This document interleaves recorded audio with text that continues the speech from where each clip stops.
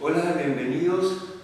La clase de hoy es de tiro oblicuo y es la parte más interesante, por lo menos para mí, de la cinemática, la más completa, la más desafiante. Y la idea, por lo menos mi idea, es que en este movimiento tan particular rescatemos lo esencial de la cinemática. Entendiendo por lo esencial, poder decir de cualquier movimiento en qué posición estaba el móvil en cada instante de tiempo. El tiro oblicuo nos propone dos desafíos nuevos a cosas que no habíamos visto antes. La primera de ellas es que las posiciones de un tiro oblicuo están inscritas en un plano, impresas en un plano, y no en cualquier plano. Siempre se trata de un plano vertical. Eso va a ser interesante para nosotros porque nos va a permitir representar correctamente en este pizarrón, que es plano y vertical, las posiciones del tiro oblicuo. Acá te presento un tiro oblicuo, pero vos ya conoces muchos, los has visto muchos, es familiar. Ahí tenés uno, acá tenés otro. Y tal vez hayas podido pescar que las posiciones se encuentran en un plano. Y ese es uno de los desafíos, porque como las posiciones están en un plano, vamos a necesitar dos datos para identificar cada posición. Cualquier objeto que se mueve en un plano necesita dos datos para identificar su posición. ¿Cómo haces para jugar a la batalla naval y querés hundir un submarino? H3. ¿Cómo haces para ubicar una ciudad en un mapa? Longitud y latitud.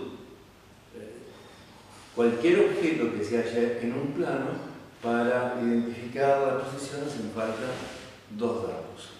Entonces, cuando nosotros querramos vincular posiciones con instantes de tiempo, para hablar de las posiciones vamos a necesitar dos datos. Acá te presento la trayectoria de un tiro oblicuo, común y silvestre. Después vamos a ver un poquito por qué la forma. Y bueno, lógicamente, si queremos hablar de estas posiciones, ahí te marqué 4, voy a necesitar dos datos. ¿Cómo hacer para identificar las posiciones en un tiro oblicuo? Y consiste en poner un par de ejes cartesianos para discriminar las posiciones horizontales de las posiciones verticales. Entonces, para cada punto tenemos un número en el eje correspondiente. A esos números los llamamos coordenadas. Entonces, fíjate, para la posición 0, x0 e y0 son los dos números que identifican esa posición. Con el punto 1, x1 e y1 y así. El segundo desafío es que este movimiento, a diferencia de los anteriores, las velocidades son más complicadas. Para empezar, no son uniformes. Tampoco son uniformemente variadas y para peor, van cambiando de dirección. Primero apunta hacia arriba, después apunta hacia arriba pero no tanto, en un momento se hace horizontal la velocidad y después apunta nuevamente para abajo. Fíjate un detalle que después va a ser importante en cosas que vienen después, que la velocidad se puede representar con una flechita, flechitas que vamos a llamar vectores. Son herramientas precisas y poderosas de la matemática, los vectores. Y la dirección de la flechita siempre es tangente a la trayectoria. Bien, esa velocidad varía en dirección y en módulo. Y no varía del modo que estamos acostumbrados a ver con los movimientos anteriores. Así que es un segundo desafío, pero que, por suerte, con esta modalidad de identificar a las posiciones, se vuelve sencilla, simple, abordable, y vamos a poder resolver ejercicios, predecir todo el movimiento, etcétera, etcétera, de la misma manera que lo hicimos con los movimientos La propuesta es la siguiente. Es un desafío a la imaginación. Por un momento, olvídate de cómo es el movimiento real, que sube, baja, avanza. Pensá exclusivamente en cómo avanza, cómo se desplaza horizontalmente. Por motivos que ahora no viene al caso explicar, pero que los vas a ver en la parte de dinámica, si hacemos ese esfuerzo se ve que el desplazamiento horizontal es uniforme, o sea, la velocidad con la que se desplaza horizontalmente es constante.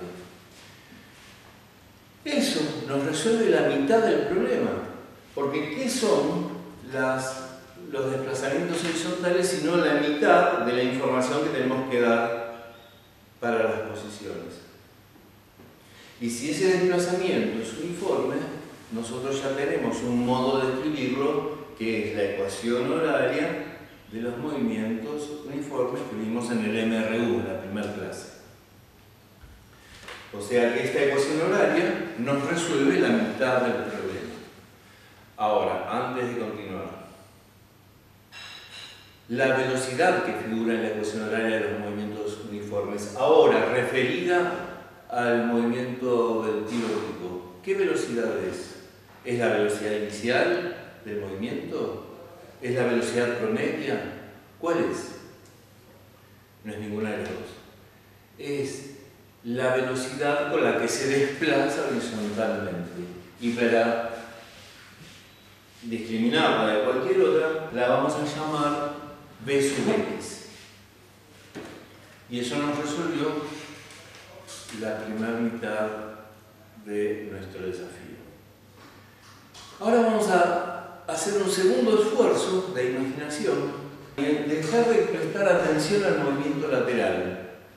No importa cómo se desplace lateralmente, solo le vamos a prestar atención al movimiento vertical, o sea, cuánto se aleja o se acerca del piso, sin importar en qué posición lateral ocurre eso. Focalizamos nuestra atención en este alejamiento o acercamiento del piso, encontramos una segunda grata sorpresa, a saber que ese movimiento es otro viejo conocido nuestro, el movimiento libre vertical, en particular un tiro vertical. Por lo tanto, ahora tenemos otras dos ecuaciones que describen ese nuevo movimiento y que ya las conocíamos, son las ecuaciones del movimiento libre vertical. Ahí las tenés.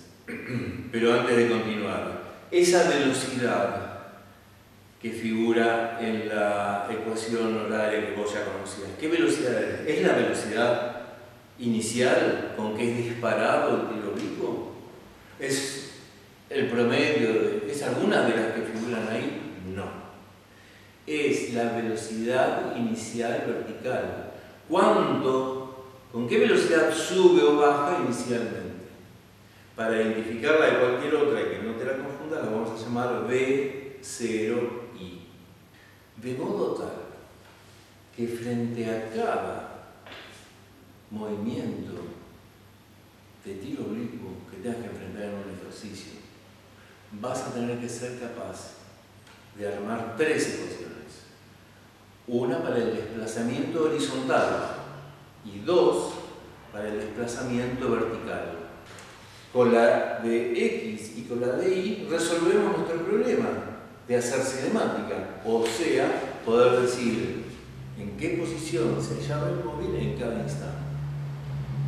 Las dos actuando en conjunto. ¿De acuerdo? Lo que sigue son problemas menores.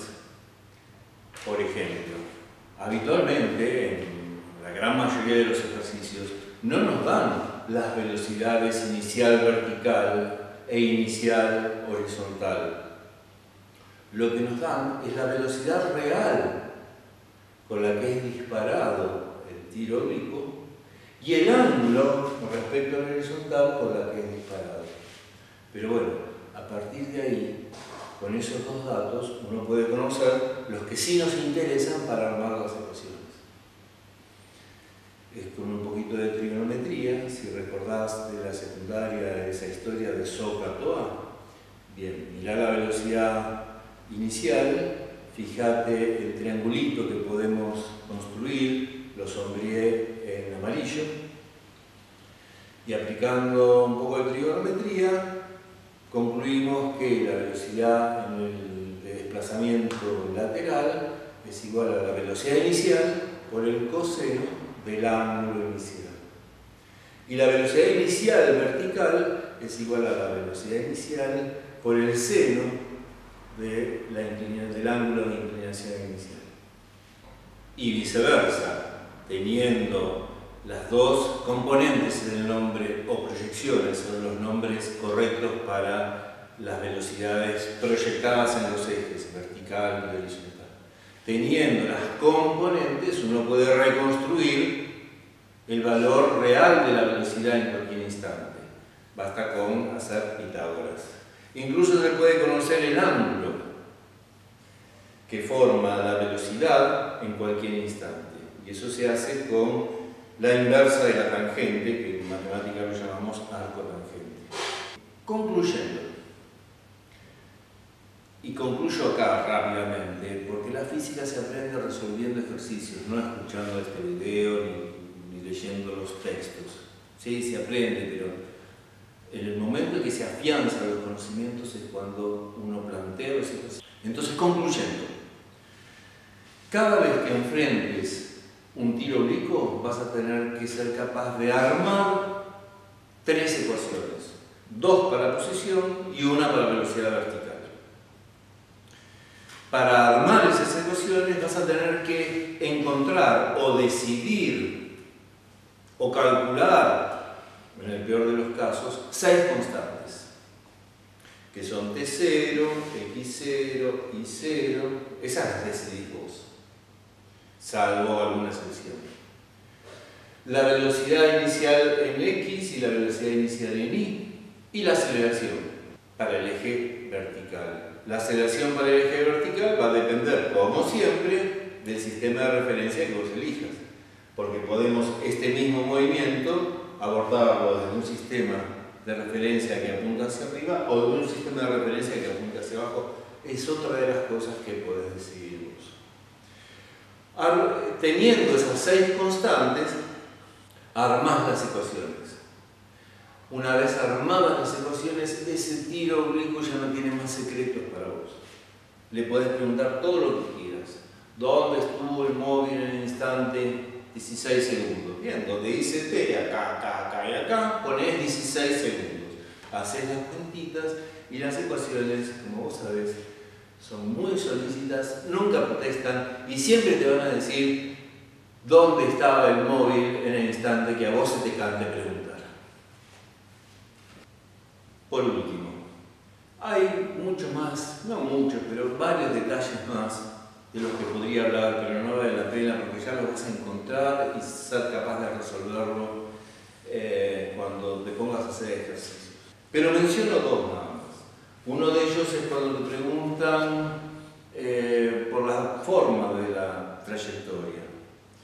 Y eso se puede visualizar fácilmente cuando uno arma lo que se llama la ecuación de la trayectoria. ¿Qué es la ecuación de la trayectoria? Es combinar la posición horizontal X con la posición vertical Y. O sea, armar una función de Y en función de X. ¿Cómo se hace eso? Muy fácilmente. Una vez que tenés las 2 ecuaciones, en una de ellas despejás la variable T, lo que te da lo metes en la otra, y ahí tenés la ecuación de la trayectoria. Y analizando la ecuación de la trayectoria se ve que una de las 2 variables, en este caso la variable horizontal X, es función cuadrática, o sea, aparece al cuadrado. Y eso nos indica que la trayectoria es un arco de parábola. Todos los tiros oblicuos se mueven en una trayectoria que es un arco de parábola. Otra de las características relevantes del tiro oblicuo es lo que se llama el alcance. El alcance es simplemente saber a qué distancia, desde donde es lanzado, llega el tiro oblicuo antes de tocar el piso. Bueno, es una de las preguntas que quedan habilitadas para trabajar con las ecuaciones horarias. No hace falta, es innecesario y hasta, yo diría, contraproducente, darte fórmulas y fórmulas para calcular punto máximo alcance. No, son cosas que vos tenés que encontrar utilizando las ecuaciones horarias. Y acá permitime hacer una pequeña digresión. ¿Por qué las ecuaciones horarias y no las fórmulas? Porque acá la cinemática es una excusa para enseñarte a usar funciones reales. Porque vos como futuro profesional es muy improbable que tengas que resolver problemas de cinemática. En cambio, seguro vas a tener que enfrentar fenómenos naturales. Y todo fenómeno natural matematizado, como es cada vez más, se expresa, se describe, se predice con funciones reales. Esa es lo más interesante que te puedes llevar de estos cursos. Cómo utilizar las funciones reales, que en el barrio de la cinemática se llaman ecuaciones horarias. Por eso lo importante es que puedas discriminar perfectamente las variables de las constantes. Cómo se le pregunta, qué cosas se le puede preguntar y qué cosas no se le pueden preguntar a las ecuaciones. Eso es lo importante. Y con esto terminamos la clase. Y antes de despedirme, te habrás preguntado por qué hoy no escribí nada en el pizarrón. ¿Es porque se me acabó la tinta del marcador y estamos en cuarentena y no puedo ir a buscar otro? No, no es el caso. Fíjate.